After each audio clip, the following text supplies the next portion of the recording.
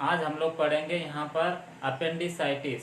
ठीक है, अपेंडिसाइटिस यानी कि अपेंडिक्स में इन्फ्लामेशन या फिर अपेंडिक्स में स्वेलिंग। तो यहाँ पर हम लोग सबसे पहले डेफिनेशन देखेंगे। डेफिनेशन के बाद देखेंगे कि अपेंडिक्स में स्वेलिंग या इन्फ्लामेशन क्यों हो जाता है, वो कारण देखेंगे। और अपेंडिक्स में स्वेलिंग या इन्फ्लामेशन होने पर क्या क्या लक्षण दिखाई देते हैं। ठीक है, तो हम लोग यहाँ पर लक्षण भी देखेंगे और हम लोग ये भी देखेंगे कि इसके कारण कॉम्प्लिकेशंस क्या क्या होता है, क्या क्या और डिसऑर्डर्स हो जाते हैं बॉडी में। ठीक है, ये सारी विकृतियां हम लोग देखेंगे। यहाँ पर डायग्नोस क्या क्या किए जाते हैं अपेंडिसाइटिस होने पर। ठीक है, तो यहाँ पर डायग्नोसिस या निदान भी देखेंगे, पढ़ेंगे। ठीक है, और लास्ट में हम लोग उपचार देखेंगे, ट्रीटमेंट देखेंगे कि अपेंडिसाइटिस होने पर क्या इलाज या क्या उपचार ट्रीटमेंट दिया जाता है। ठीक है, तो यहाँ पर सारी डिटेल जानेंगे। चलिए आगे देखते हैं। आज हम लोग देखेंगे एमएसएन फर्स्ट के अंदर हम लोग देख रहे हैं disorders of lower gastrointestinal tract यानी कि निचली आहार नाल के विकार। ठीक है, इसके अंदर हम लोग देखेंगे अपेंडिसाइटिस यानी क्या होता है, इन्फ्लामेशन ऑफ अपेंडिक्स। अपेंडिक्स नाम सभी ने सुना होगा। ठीक है, अपेंडिक्स में इन्फ्लामेशन होना ही क्या कहलाता है, अपेंडिसाइटिस कहलाता है। तो आगे डेफिनेशन में इसे क्लियर करते हैं।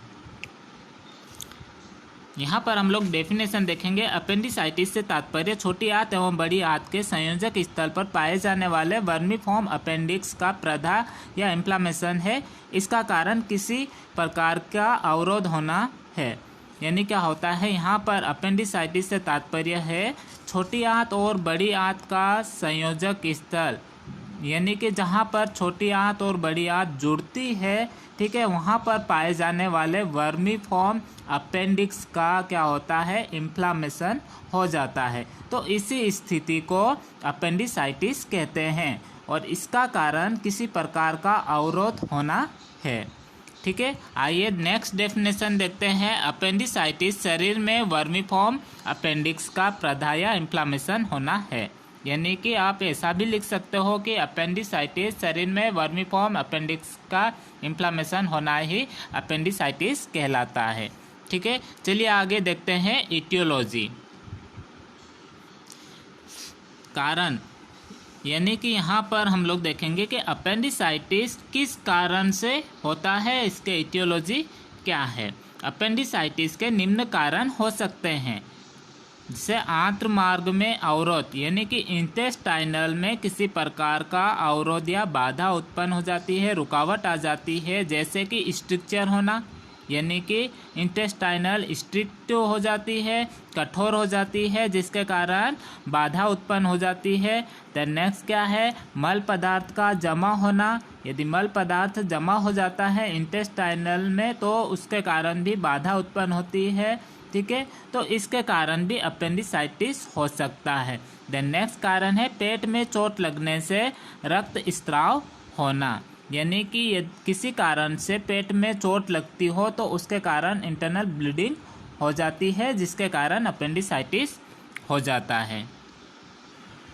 द नेक्स्ट क्या है, बेरियम का सेवन करना, यानी केमिकल एलिमेंट्स का सेवन करने से, केमिकल रसायन का सेवन करने से भी क्या होता है, अपेंडिसाइटिस होता है। द नेक्स्ट क्या है, संक्रमण होना, किसी कारण से इन्फेक्शन हो जाता है तो उसके कारण भी अपेंडिसाइटिस होता है, जैसे कि इकोलाई होने पर, इकोलाई बैक्टीरिया होने पर, देन वायरल इन्फेक्शन होने पर भी अपेंडिसाइटिस हो जाता है। देन नेक्स्ट क्या है, अपेंडिक्स का मुड़ जाना, यदि किसी कारण से अपेंडिक्स मुड़ जाती है तो उसके कारण भी अपेंडिसाइटिस हो जाता है। देन नेक्स्ट क्या है, पाचन तंत्र का संक्रमण, यानी कि पाचन तंत्र में किसी कारण से संक्रमण हो जाता है, इन्फेक्शन हो जाता है तो उसके कारण भी अपेंडिसाइटिस हो जाता है। नेक्स्ट क्या है, लक्षण या क्लिनिकल फीचर्स, यानी कि अपेंडिसाइटिस होने पर क्या क्या लक्षण होते हैं। तो सबसे पहला लक्षण है पेट में नाभि के चारों ओर तेज दर्द होना, यानी पेरी अम्बलाइकल में बहुत ही तेज दर्द होता है, नाभि के चारों ओर बहुत ही सीवियर पेन होता है। देन नेक्स्ट क्या है, बाद में पेट में दाईं तरफ निचले भाग में दर्द होता है। क्या होता है, जैसे पहले पेरी अम्बलाइकल में दर्द होता है। देन उसके बाद में क्या होता है, पेट के दाईं तरफ निचले भाग में दर्द होता है। देन नेक्स्ट क्या है, राइट लोअर क्वाड्रेंट में पेन होना, इसे एमसी बर्नी साइन भी कहते हैं, यानी कि दाहिना निचला भाग जहाँ पर भी पेन होता है इससे क्या कहते हैं, एमसी बर्नी साइन भी कहते हैं। जैसे यहाँ पर डायग्राम में दिख रहा होगा, तो यहाँ पर डायग्राम के थ्रू बताया गया है, और जहाँ पर जो लास्ट वाला नीचे वाला बिंदु है वहाँ पर अपेंडिक्स होती है, और अतः जो दर्द होता है दर्द यहीं होता है, इसे दबाने पर तीव्र दर्द होता है, बहुत ही तेज दर्द होता है, और इसे ही एमसी बर्नी साइन कहते हैं। ठीक है। नेक्स्ट, पेट में पट्टे या बोट की तरह कठोरता आ जाती है, यानी क्या होता है, अपेंडिसाइटिस होने पर पेट में पट्टे या बोट की तरह कठोरता आ जाती है, यानी जहाँ पर अपेंडिसाइटिस हुआ है तो पेट में कठोरता आ जाती है, वो कठोर हो जाता है। देन नेक्स्ट क्या है, पेट में ऐंठन आ जाती है, यानी स्पास्म होने लगता है पेट। देन नेक्स्ट क्या है, तीव्र प्रक्षेपी वमन, यानी कि प्रोजेक्टाइल वोमिटिंग होती है। देन नोजिया होता है, एनोरेक्सिया होता है, एनोरेक्सिया में भूख नहीं लगती है। देन हाई फीवर होता है, और तेज एवं उथला श्वसन, यानी कि फास्ट एंड रिट्रैक्टिव रेस्पिरेशन, बहुत ही तेज रेस्पिरेशन चलने लगती है। देन जो वापस से श्वसन वापस ली जा रही है, रिट्रैक्टिव किया जा रहा है रेस्पिरेशन को, वो भी बहुत ही तेज होता है।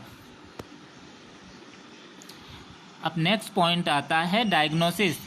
अपेंडिसाइटिस होने पर क्या क्या डायग्नोसिस या निदान किए जाते हैं, तो सबसे पहला है हिस्ट्री कलेक्शन किया जाता है। देन उसके बाद में फिजिकल एग्जामिनेशन, यानी कि शारीरिक परीक्षण किया जाता है। देन उसके बाद में लक्षणों की उपस्थिति की जांच की जाती है। यहाँ पर जो लक्षण दिखाई दे रहे हैं, ठीक है, तो उन लक्षणों की जांच की जाती है। देन नेक्स्ट क्या है, एब्डोमिनल एक्सरे किए जाते हैं, लेकिन अपेंडिसाइटिस में ये एब्डोमिनल एक्सरे जब किए जाते हैं तो ये नॉर्मल दिखाई देते हैं, या नॉर्मल इसका रिजल्ट आता है। देन नेक्स्ट क्या है, अल्ट्रासोनोग्राफी किया जाता है। अल्ट्रासोनोग्राफी भी नॉर्मल होती है। जब यूएसजी सोनोग्राफी की जाती है अपेंडिसाइटिस में, तो इसका रिजल्ट भी नॉर्मल ही आता है। देन नेक्स्ट क्या है, स्टूल कल्चर एग्जामिनेशन किया जाता है। यहाँ पर इसको स्टूल टेस्ट किया जाता है, मल टेस्ट किया जाता है।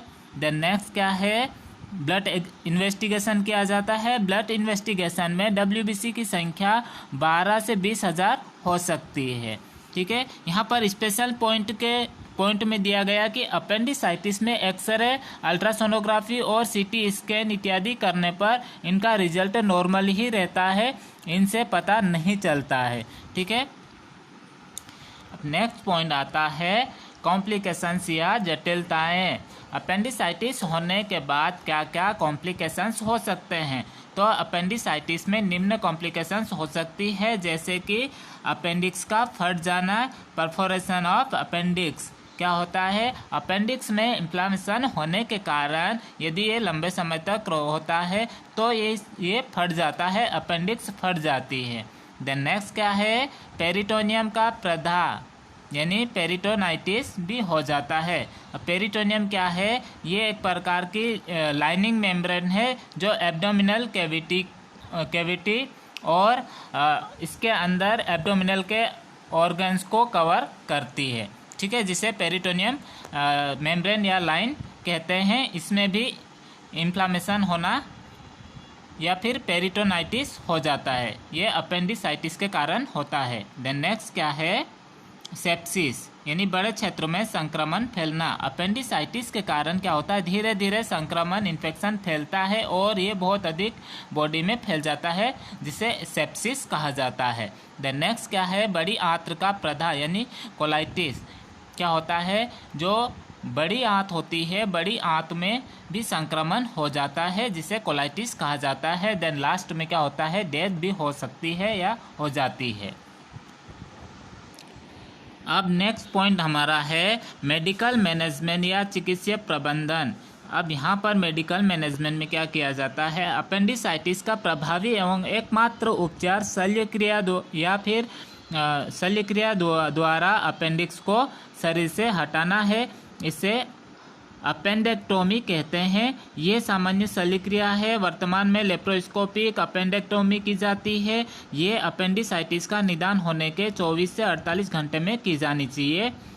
यहाँ पर क्या किया जाता है, मेडिकल मैनेजमेंट में अपेंडिसाइटिस का प्रभावी और एकमात्र उपचार क्या है, शल्यक्रिया या फिर सर्जरी। क्या किया जाता है, यहाँ पर सर्जरी के द्वारा अपेंडिक्स को रिमूव किया जाता है या हटा दिया जाता है। इस स्थिति को अपेंडेक्टोमी कहते हैं और ये सामान्य शल्यक्रिया है, नॉर्मली सर्जरी है। वर्तमान में लेप्रोस्कोपिक अपेंडेक्टोमी भी की जाती है और ये अपेंडिसाइटिस का निदान होने के या डायग्नोसिस होने के 24 से 48 घंटे में की जानी चाहिए। ठीक है।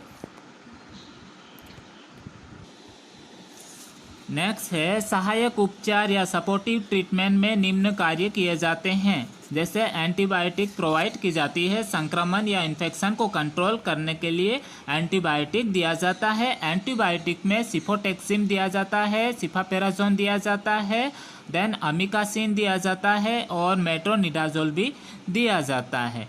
देन नेक्स्ट क्या है, एनाल्जेसिक प्रोवाइड किए जाते हैं। एनाल्जेसिक जब सीवियर पेन हो रहा हो या पेन को कंट्रोल करने के लिए एनाल्जेसिक दिए जाते हैं, जैसे ट्रामाडोल और डाइक्लोफिनेक सोडियम। देन नेक्स्ट क्या है, एंटी इमेटिक्स प्रोवाइड किए जाते हैं। यहाँ पर यदि पेशेंट को वॉमिटिंग हो रहा है तो वॉमिटिंग कंट्रोल करने के लिए एंटी इमेटिक्स प्रोवाइड किया जाता है। देन नोजिया हो रहा हो तो नोजिया को कंट्रोल करने के लिए एंटासिड प्रोवाइड किए जाते हैं। एंटासिड में पेंटोप 40 mg दिया जाता है। देन रेनिटिडीन 150 mg दिया जाता है। देन नेक्स्ट क्या है, एंटीपायरेटिक भी आवश्यकता अनुसार प्रोवाइड किए जाते हैं। एंटीपायरेटिक भी दिए जाते हैं आवश्यकता अनुसार, यानी कि जब आवश्यक है या फिर फीवर आ रहा हो तो उसे कंट्रोल करने के लिए एंटीपायरेटिक दिए जाते हैं। जैसे एंटीपायरेटिक में पैरासीटामोल्स दिया जाता है। तो कैसा रहा टॉपिक आज का, अपेंडिसाइटिस। आप लोगों को समझ में आया है कि नहीं आया? आई होप कि आपको सभी को समझ में आ गया होगा अपेंडिसाइटिस क्या होता है। यहाँ पर अपेंडिक्स में इन्फ्लामेशन यानी कि वर्मी फॉर्म अपेंडिक्स में इन्फ्लामेशन होना अपेंडिसाइटिस कहते हैं।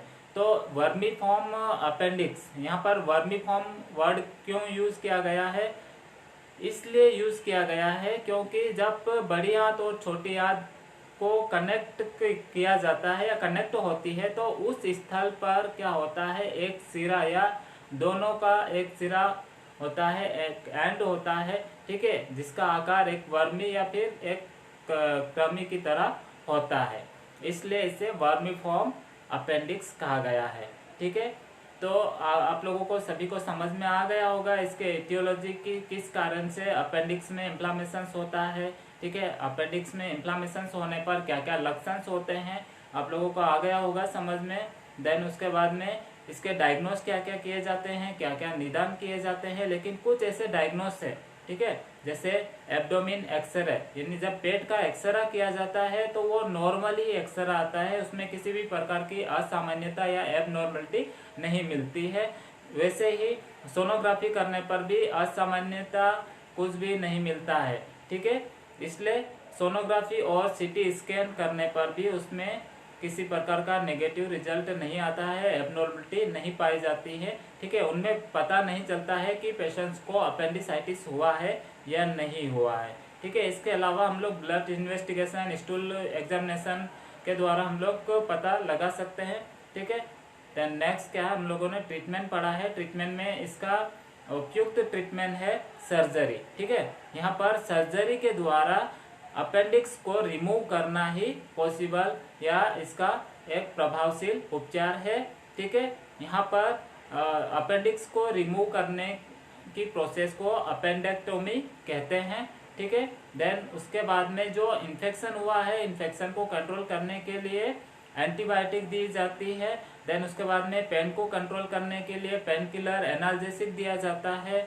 और वॉमिटिंग हो रहा है तो वॉमिटिंग को कंट्रोल करने के लिए एंटी इमेटिक्स दी जाती है। नोजिया हो रहा है यानी कि उबके आ रहे हैं, ठीक है, उसको ट्रीट करने के लिए क्या किया जाता है, एंटासिड दी जाती है। एंटासिड में पेंटोप 40 mg दिया जाता है, रेनिटिडिन 150 mg दिया जाता है, ठीक है। तो आई होप कि आप लोगों को समझ में आ गया होगा ट्रीटमेंट भी। और यदि फीवर आता है तो पैरासीटामोल दिया जाता है यानी एंटीपायरेटिक भी दिया जाता है, ठीक है।